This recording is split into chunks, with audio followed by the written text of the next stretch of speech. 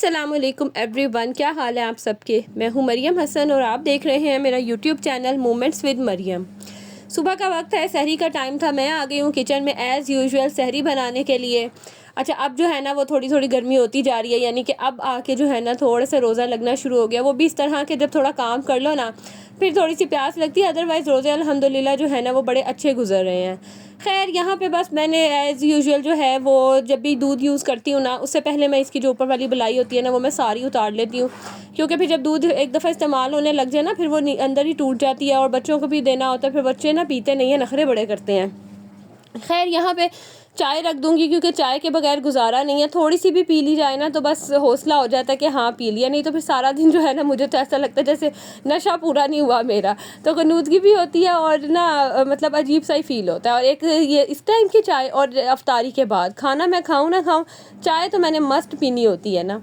बस यहाँ पे मैंने चाय रख दी है। सबसे पहले ना मैं चाय रख देती हूँ ताकि जब खाना वगैरह रेडी होना साथ ही फिर मैं चाय रख दूँ, क्योंकि वो थोड़ी ठंडी हो जाती है खाना खाते खाते फिर पी जाती है। नहीं तो फिर उसके ठंडे होने का इंतज़ार करो ना तो फिर बड़ा टाइम लग जाता है, फिर पानी पीने का टाइम नहीं रहता। और माशाल्लाह कोशिश यही होती है कि टाइम से पहले ही जो है ना वो सहरी वगैरह करके सब फ्री हो जाएं, और ताकि फिर पानी पीने का भी थोड़ा सा टाइम हो, थोड़ा सा जो है ना वो रिलैक्स होके बैठने का भी हो, क्योंकि फिर एकदम से सहरी करके खा पी के जो है ना वो नमाज भी नहीं पढ़ी जाती, बड़ा हैवी हैवी सा फील होता है।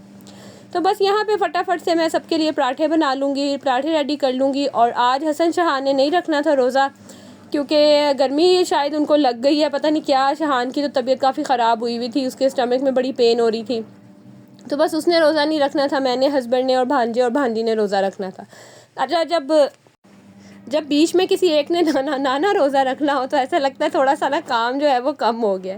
खैर, आज ऐसे था कि ना हमने दावत पे भी जाना था, मामा की तरफ जो है ना आज अफ्तारी थी, तो बस शाम को वहाँ जाना था। और अफ्तारी की आज टेंशन नहीं थी, बस हमने आज गेस्ट बन के जाना था और अफ्तारी करनी थी।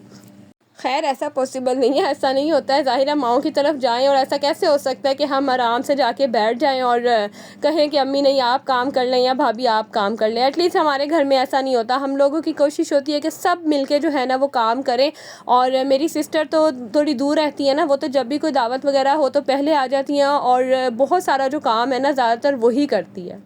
खैर, यहाँ पे जो है बस मैंने सहरी की और मैं बैठ गई कुरान पाक पढ़ने के लिए। बस कुरान पाक पढ़ेंगे जितनी देर में नमाज़ का टाइम हो जाएगा, फिर नमाज़ अदा करके मेरी कोशिश होती है कि मैं बस फ़ौरन ही ना सो जाऊँ, क्योंकि वही 1-1.5 घंटा होता है मेरे पास। उसके बाद फिर मैंने उठ के ना मिनाहिल के स्कूल भेजना होता है।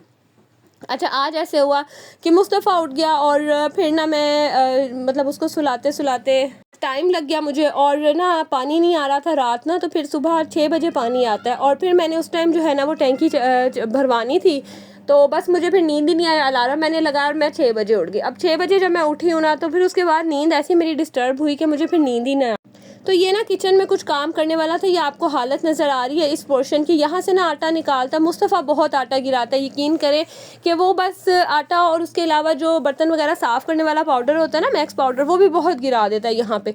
तो बहुत ही बुरा हाल हो रहा था। और कुछ ना मैंने यहाँ पे पतीलियाँ वगैरह उठा के रखी थी, तो वो एक दूसरे के ऊपर पड़ी होती थी ना, तो वो एक निकालने के लिए ना ऊपर वाली 3-4 उठानी पड़ती थी, तो बड़ा मसला हो रहा था मुझे ना।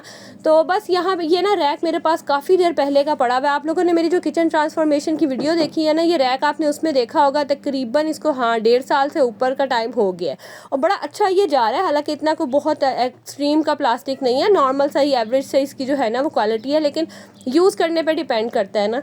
तो बस ये मैंने इसको उठा के यहाँ रख दिया कि ना मैं इसके अंदर जो है ना सारी अपनी पतीलियाँ ये सब चीज़ें रख दूँगी। और सोच मैं ये रही हूँ कि इसके आगे जो है ना मैं कोई कर्टन वगैरह लगा देती हूँ, ताकि वो देखने में भी अच्छा लगे और ना ऐसे मेसी सा भी ना लगे, यानी कि यहाँ पे जब ये पतीलियाँ और पॉट्स वगैरह पड़े हो ना तो वो देखने में बुरा भी ना लगे। तो अब देखती हूँ कि किस तरह, क्योंकि कील वगैरह तो मैं यहाँ लगा नहीं सकती हूँ, तो अब यहाँ पे ना एडजस्टमेंट नहीं हो रही थी, ये प्रेशर कुकर नीचे नहीं आ रहा था, तो बस यहाँ पे जो है ना मैं इसको ऊपर नीचे करके चीज़ें रख रही थी। तो आप लोगों के पास भी अगर कोई आइडिया हो ना तो मेरे साथ लाजमी शेयर कीजिएगा, मैंने पहले भी आप लोगों से कहा था। खैर, ये देख लें इस साइड की ये कुछ सिचुएशन है। देख लें आटा गिरा हुआ है, रोटियां गिरी हुई हैं, बस जगह नीचे है ना तो बस निकालते निकलते जो है ना वो गिरी जाती हैं। खैर, उसके बाद बस मैंने ये जो शीट बिछाई हुई थी ना ये भी मैंने निकाल ली, इसको भी अच्छे से साफ़ कर लूँगी।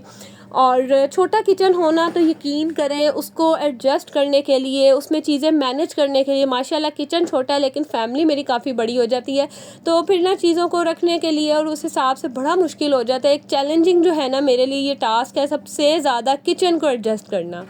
अच्छा, यहाँ मैं जब ये काम कर रही थी ना तो ये मेरे पास इतने हैरान होकर मुझे देख रहा था ना और इतना मज़े का लगा ना। खैर अब ये देखें, यहाँ पे मैंने ये आटे वाला डिब्बा रख दिया है और इसके ऊपर बस ये जो मैंने रोटियाँ वगैरह बनाने के लिए होता है चकला बेलन, ये रख दूँगी, छाबियाँ रख दूँगी। और ये जो है ना कुछ इस तरह का इसका लुक अब निकला है। अच्छा, ये जो आप लोगों को रैक नज़र आ रहा है ना, इसके नीचे ना मैं यहाँ कोई सपोर्ट दूंगी, लाइक कोई ईंट वगैरह रख दूंगी ताकि इससे ना थोड़ा सा ये ऊंचा हो जाए, ताकि नीचे पानी जो है वो अगर जाए तो फिर पतीलियों पे ना गिरे और ना नीचे ज़रा एक स्पेस हो जाए। और ये जो साइड पे मैंने रैक रखा था उसको उठा के अब मैंने रख दिया यहाँ अंदर, क्योंकि इसके अंदर से ना मुस्तफ़ा प्याज और वो निकाले थे। बच्चे छोटे हो ना, यकीन करो आपको बड़ी चीज़ों पे जो है ना वो कंप्रोमाइज़ करना पड़ता है, स्पेशली आपको डेकोरेशन वगैरह के हिसाब से। तो ये ना कुछ इस तरह का लग रहा है फ़िलहाल, और लेट्स सी अब मुझे दोबारा कब कीड़ा काटता है कि मैं फिर सेटिंग जो है ना वो चेंज करूँ। तो बस अब ये मैंने सारी चीज़ें सुबह कर ली और आज बस ऐसी कोई मेरी नींद उड़ी हुई थी, शायद एक्साइटमेंट ही बड़ी थी मामा की तरफ जाने की।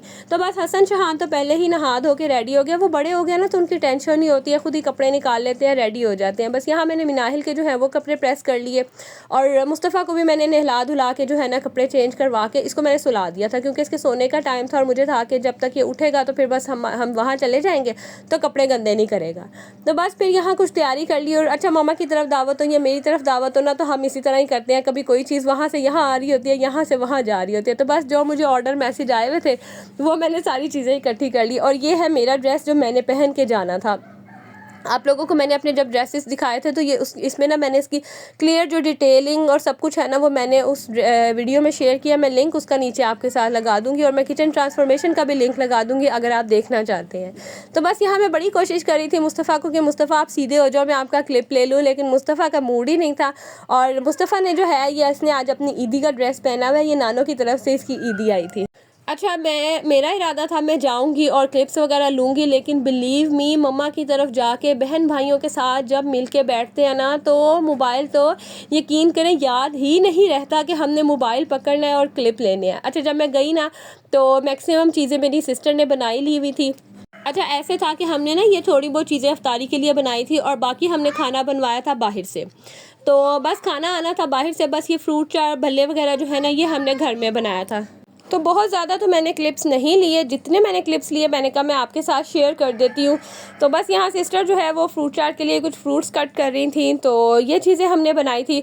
और माशाल्लाह इतना मज़ा आता है ना जब काफ़ी टाइम के बाद इकट्ठे होते हैं, तो बस फिर फैमिली गैदरिंग होती है, बाकी कुछ भी नहीं याद रहता। और मैं अपनी सिस्टर को कह रही थी, मैंने कहा पता नहीं लोग वीडियोस कैसे बना लेते हैं, मुझे तो बिल्कुल यकीन करें याद ही नहीं रहता। और ये बस बच्चों को जो है ना वो हमने टिका के बिठाया हुआ था कि बस मोबाइल ले लो और थोड़ी देर के लिए सुकून से बैठ जाओ, ताकि हम लोग जो है ना वो काम वगैरह कर ले और बस चीज़ें वगैरह लगा ले। तो यहाँ मैंने सब बच्चों को इकट्ठा किया, मैंने कहा चलो सबकी जो है ना वो मैं पिक्चर्स लेती हूँ। अच्छा, फिर खैर अफ्तारी वगैरह हुई, क्योंकि ना मतलब हमारे अलावा और भी कुछ गेस्ट थे, तो इसलिए फिर मुझे कैमरा उठाना ना अच्छा नहीं लगा। खैर ये आफ्टर इफ्तार का कुछ ये हालात हैं किचन के, आप देख ही सकते हैं कि जब कोई दावत हो और कुछ हो तो फिर तो आपको अंदाज़ा होता है कि बाद में क्या हाल होता है। तो ये जो है ना कुछ किचन के हालात थे और बस अब यहाँ से समेटा समेटी होगी और चाहे ऐसा ना हो, ऐसा कैसे हो सकता है। और माशाल्लाह मेरे जो है भतीजे की थी पहली ईदी, तो उसकी नानो जो है ना ये स्पेशल केक बनवा के लेके आई थी। तो बस हमने ये कट किया और यहाँ मैं अब आप लोगों से लूँगी इजाज़त। अल्लाह हाफिज़।